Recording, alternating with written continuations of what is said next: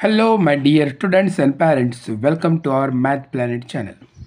मंथन प्रज्ञाशोध सामान्य ज्ञान परीक्षा इयत्ता 4 विषय गणित यामधील जे पहिले प्रकरण आहे संख्याज्ञान त्यामधील व्यवसाय नंबर 5 आज आपण सॉल्व करणार आहोत. हा जो व्यवसाय आहे तो संख्येची विस्तारित रूपात मांडणी म्हणजेच एक्सपांडेड फॉर्म यावर आधारित आहे. चला तर आपण व्यवसायाला सुरुवात करूया. आता हा व्यवसाय सॉल्व करण्यापूर्वी एक्सपांडेड फॉर्म काय आहे हे आपल्याला पाहणं महत्त्वाचं आहे. आता काही मुले सेमी माध्यमाची आहेत आणि काही मराठी माध्यमाची आहेत, त्यामुळे दोघांनाही हा व्हिडिओ पाहून संकल्पना किंवा कन्सेप्ट क्लिअर झाले पाहिजेत अशा पद्धतीने आपण इंग्लिश आणि मराठी दोन्ही भाषेमध्ये हा शिकण्याचा प्रयत्न करणार आहोत. पहा इथे एक्सपांडेड फॉर्म. फॉर एक्झाम्पल एखादी इथे संख्या दिलेली आहे.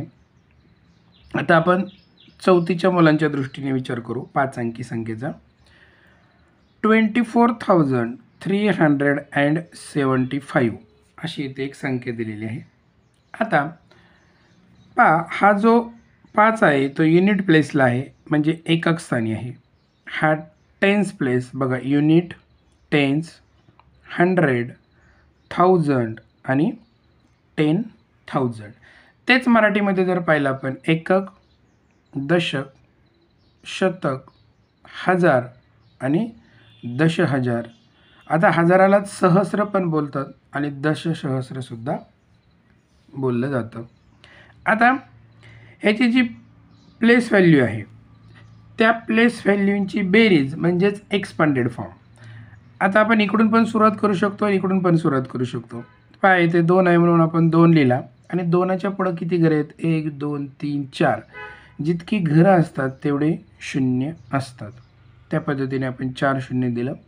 प्लस इथे किती आहे 4 आहे म्हणून 4 आणि 4च्या पुढं घरं किती आहेत 1 2 3 म्हणजे त्याच्यावर 3 शून्य येणार आहेत. प्लस हा 3 आहे आपण घेतला त्याच्या पुढे किती घरं आहेत 1 2 म्हणून आपण 2 शून्य दिले. प्लस 7 आहे म्हणून 7 घेतला त्याच्या पुढं एकच घर आहे म्हणून एकच शून्य घेतला. प्लस 5 आहे म्हणून 5 घेतला त्याच्या पुढे एकही घर नाही म्हणून आपण एकही शून्य देणार नाही. या सर्वांची जी बेरीज असते त्याच्यावरून ही संख्या तयार होते. ह्यालाच एक्सपांडेड फॉर्म असं म्हटलं जातं. अतिशय सोपी एक्झरसाइज आहे ही. हे पहा हे अशा एक पद्धतीने लिहिलं जातं आणि दुसऱ्या पद्धतीने सुद्धा असं लिहिलं जातं. पाहायचं 2 गुणिले 1 आणि ह्याच्यावरती 1 2 3 4 शून्य दिले जातात. संकल्पना आधी व्यवस्थित समजून घ्या. इथं 4 आहे म्हणून 4 लिहिलं जातं. पुढं गुणिले 1 आणि त्याच्यावरती 1 2 3 शून्य दिले जातात. प्लस 3 इंटू किती येणार इथं 1 1 शून्य कमी होत जाणार. अशा पद्धतीने सुद्धा हे लिहिलं जातं. म्हणजेच काय एकक स्थानी आहे म्हणून इथं 1, दशक स्थानी 10, दशकाचा 10, शतकाला 100, हजार स्थानी 1000 आणि दशहजार स्थानी 10,000. अशा पद्धतीने सुद्धा हे लिहिलं जातं. ही झाली पहिली पद्धत आणि ही झाली दुसरी पद्धत. ठीक आहे. जिथं शून्य येतो तो शून्य कोणत्याही प्लेसला असेल तर त्याची जी प्लेस व्हॅल्यू आहे म्हणजे स्थानिक किंमत ही शून्यच असते, हे लक्षात ठेवा. तर अशा पद्धतीने हे एक्सपांडेड फॉर्म आहे. एक्झरसाइज सॉल्व करण्याच्या पूर्वी ह्या ज्या कन्सेप्ट आहेत ते तुम्ही व्यवस्थित पाहत जा जेणेकरून ते एक्झरसाइज सॉल्व करताना तुम्हाला काही प्रॉब्लेम येणार नाही. चला तर आपण आता एक्झरसाइजला सुरुवात करूया. पहा इथे Which number is obtained by the following expanded form? 4,000 plus 50 plus 3 plus 70,000. हे जर संख्या ह्याच जर प्रश्न आपण मराठीमध्ये जर वाचला तर पहा इथे आहे 4,000 अधिक 50 अधिक 3 अधिक 70,000 या विस्तारित मांडणीने तयार होणारी संख्या खालीलपैकी कोणती. आता आपण काय करायचं आहे हा प्रश्न सोडवताना सुरुवातीला मोठी संख्या पाहायची आहे. मोठा बघा इथं मोठी संख्या किती आहे ज्याच्यावर जास्त शून्य असतील ती मोठी संख्या असेल. पहा येते एकक, दशक, शतक, हजार, 10,000 म्हणजे 70,000 आहे. आणि हे एकूण अंक किती आहेत? 1 2 3 4 5 म्हणजे आपली संख्या 5 अंकी तयार होणार आहे. हे तर फिक्स झालं. ओके, 5 अंकी संख्या तयार होणार आहे. आता इथे सगळ्यात मोठी संख्या सगळ्यात मोठ्या शून्यवाली आहे. मग इथं 7 आहे म्हणून आपण 7 घेतला. 1 2 3 4 शून्य, त्याच्यानंतर 3 शून्य असायला हवे. मग 3 शून्यवाली संख्या कोणती? 1 2 3, इथं 3 शून्य आहेत म्हणजे 4. त्याच्यानंतर काय असायला हवा? 4 शून्य 3 शून्य नंतर 2 शून्य. 2 शून्यवाली संख्या इथे आहे का? नाही आहे, त्याच्यामुळे आपण शून्य द्यायचा. नंतर 1 शून्य, 1 शून्यवाली संख्या कोणती आहे? 5. आणि नंतर शून्य नसलेली कोणती आली? 3 आली. म्हणजे संख्या काय तयार झाली? 74,053. मग ते कुठे आहे? तर ऑप्शन नंबर 2 मध्ये आहे. So option number 2 is the right answer.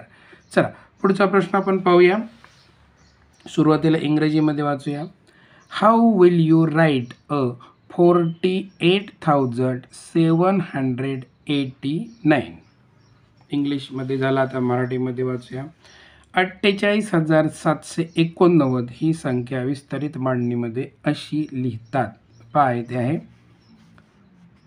काय सांगितलं आपल्याला? 48,789 म्हणजे 48,789. ओके, आता ही संख्या विस्तारित रूपात कशी लिहिली जाते? आता फक्त तुम्ही काय पाहायचं आहे? ही संख्या किती अंकी? 5 अंकी. हा 4 आहे म्हणून 4. 4वर किती शून्य पाहिजे? 1 2 3 4. 4वर 4 शून्य, नंतर 3 शून्य 2 शून्य 1 शून्य आणि 9 तसाच. अशा पद्धतीने फक्त आता हे तोंडी आपल्याला पाहायचं आहे. चला, 4वर 4 शून्य कुठे आहे तर आपण बघूया. त्या ऑप्शनमध्ये किती आहे का? नाही, इथं 48च आहे, इथं 48च आहे. त्यामुळे हे दोन्ही ऑप्शन पटकन गेले. पुढे पहा, इथं बघा 4 शून्य आहेत, नंतर 8वरती 3 शून्य आहेत, 7वरती 2 शून्य आहेत, 8वरती 1 शून्य आहे, 9वरती काहीच नाही. 9 जसंच्या तसं आहे, त्याच्यामुळे पुढे जाण्याची गरज नाही आहे. दुसऱ्याचं उत्तर option number 3 is the right answer. चला पुढचा प्रश्न आपण बघूया. Which is incorrect pair of number and its expanded form. म्हणजेच काय? मराठीमध्ये वाचूया. चला, संख्या व तिची विस्तारित मांडणी यांची अयोग्य जोडी कोणती? म्हणजे चुकीची जोडी कोणती आपल्याला पाहायचं आहे. आता इथं बघा संख्या दिलेली आहे 7,534. तर 7वर 3 शून्य, 5वर 2 शून्य, 3वर 1 शून्य आणि 4. अशा पद्धतीने कुठे उलटं दिलं तरी चालतं. बघा इथं 7वर 3 शून्य, 5वरती 2 शून्य, 3वरती 1 शून्य आणि 4 आहे. म्हणजे ही संख्या अ जो आहे तो योग्य आहे. आता आपल्याला अयोग्य शोधायचे. पुढे 46,118, 46,118. 4वरती किती शून्य पाहिजे? 4 शून्य पाहिजे. 6वरती 3 शून्य पाहिजेत. चला, 4वरती 4 शून्य आहेत का? 1 2 3 4 आहेत. 6वरती 3 शून्य आहेत का? 1 2 नाही. म्हणजे ऑप्शन ब गेलेला आहे. म्हणजे विधान अयोग्य आहे, इनकरेक्ट आहे आणि आपल्याला इनकरेक्टच शोधायचे. पुढे पहा, क 39,052 म्हणजे 3वर किती शून्य पाहिजे? 4 आहे का? नाही. ही संख्या विचित्र पद्धतीने लिहिली आहे, म्हणजे क सुद्धा अयोग्य आहे. इथं डायरेक्ट 39 लिहिलेलं आहे. असं काय एक्सपांडेड फॉर्म लिहित नाही आपण. पुढे 50,093. आता 50,000 म्हणजे 5वर किती शून्य पाहिजे? 1 2 3 4 आहेत का? आहेत. त्याच्यानंतर हे 2 शून्य ते लिहिले तरी चालतात, नाही लिहिले तरी चालतात. पुढे येतं काय? 9. 9वर किती शून्य पाहिजे? 1 आहे का? आहे. आणि 3 एकक स्थानी आहे, तसं आहे. म्हणजे ड योग्य आहे. आणि आपल्याला काय शोधायची? अयोग्य जोडी कोणती? म्हणजे चुकीची. तर चुकीच्या जोड्या किती सापडल्यात आपल्याला? ब आणि क. मग फक्त ब आणि क कुठे आहे? तर ऑप्शन नंबर 2 मध्ये आहे. So option number 2 is the right answer. चला, आता क्वेश्चन नंबर 4 आपण वाचूया. Which of the following is the correct expanded form of the 62,735? त्याचा करेक्ट ऑप्शन आपल्याला पाहायचा आहे. कोणाचा करेक्ट ऑप्शन आपल्याला पाहायचा आहे? 62,735. आता ह्याचा जो एक्सपांडेड फॉर्म आहे तो आपण पटकन लिहूया. 6 आहे म्हणून 6 6वरती किती शून्य, 1 2 3 4 4 शून्य. परंतु तुम्ही जर नीट ऑब्झर्वेशन केलं तर हा 1च्या स्वरूपात आहे. त्याच्यामुळं काय करायचं आपण फक्त 6 गुणिले इथं 1 आणि त्याच्यावर किती शून्य आहेत, 1 2 3 4. चला 6वरती 4 शून्य दिले अधिक 2 गुणिले इथं 1 आणि त्याच्यावर किती शून्य, 1 2 3. चला पटकन 3 शून्य दिले प्लस 7 इंटू 1 आणि त्याच्यावर 2 शून्य अधिक 3 इंटू 10 प्लस 5 इंटू 1 5 1 5. तर अशा पद्धतीने त्याचं फॉर्म दिलेलं आहे. हा ऑप्शन जर आपण नीट केअरफुली पाहिले तर फक्त अशा पद्धतीचा ऑप्शन आपल्याला शोधायचा आहे आणि तेच त्याचं काय असणार आहे, उत्तर असणार आहे. चला आपण पटपट पटपट शोधूया. तेच उलटं पालटंसुद्धा दिलं जातं. बघा इथं 6 गुणिले 10,000 6 गुणिले 10,000 आहे, 2 गुणिले 1000 2 गुणिले 1000 आहे, 7 गुणिले 100. परंतु इथं 7 गुणिले 10 आहे त्याच्यामुळे ऑप्शन नंबर 1 गेला. पुढे बघा 6 गुणिले 1000 2 गुणिले 6 गुणिले 10,000 हे बरोबर आहे. 2 गुणिले 1000 पाहिजे, इथं 100 आहे, हा पण ऑप्शन गेला. पुढे इथं 6 गुणिले 1000 आहे, आपल्याला 10,000 पाहिजे त्यामुळे हा पण ऑप्शन गेला. आणि इथे 5 6 गुणिले 10,000 आहे, 7 गुणिले 100 आहे. थोडं उलटा पालटा दिलं तरी चालतं परंतु तो ऑप्शन जुळला पाहिजे. 2 गुणिले 1000 आहे, 3 गुणिले 10 आहे, 5 गुणिले 1 आहे. सो चौथ्याचं option number 4 is the right answer आहे. आता आपण 5वा पाहूया. 5वा पहा. इथे आपण पान थोडं कोरं घेऊया व्यवस्थित म्हणजे तुम्हाला छानपैकी कळेल. पाहते 8 tens plus 3000 plus 18 units or ones is equal to question mark दिलेले आहे. ह्याचं उत्तर किती. आता हेच थोडंसं आपण मराठीमध्ये पाहूया म्हणजे दोन्ही मुलांना व्यवस्थित कळेल. पाहते आहे 8 दशक अधिक 3 सहस्र अधिक 18 सुटे बरोबर किती. सुटे म्हणजे युनिट्स म्हणजेच 1. आता पाहते खूप सोपं आहे बघा. इथं 8 दशक किंवा टेन्स प्लस 3 सहस्र म्हणजेच 1000 किंवा इंग्लिशमध्ये काय बोलूया त्याला 1000 प्लस 18 सुटे किंवा युनिट्स म्हणजे एकक. तर अशा पद्धतीने दिले आणि ह्यांची बेरीज आपल्याला विचारलेली आहे. आता 8 दशक म्हणजे किती होतात, 8 दशक 80 होतात प्लस 3000 म्हणजे 3000 तर 3000 लिहायचं आपण, खूप सोपं आहे. प्लस 18 युनिट्स जेवढे आहेत तेवढेच लिहिले जातात आणि ह्या सर्वांची काय करायची, फक्त बेरीज करायची. तुम्ही जर बेरीज जरी केली तरी मोठी संख्या अधिक घेतात. इथंच आपण घेऊया 3000 अधिक 80 अधिक 18 यांची जर बेरीज आपण केली बघा 8 आणि 1 9 इथं 0 आणि 3 किती आले इथं 3098 म्हणजे 3098 आणि 3098 कुठे आहे पहा इथे ऑप्शन नंबर 4 मध्ये आहे. सो 5चं उत्तर option number 4 is the right answer. अतिशय सोपा प्रश्न हा होता. पुढचा प्रश्न आपण पाहूया.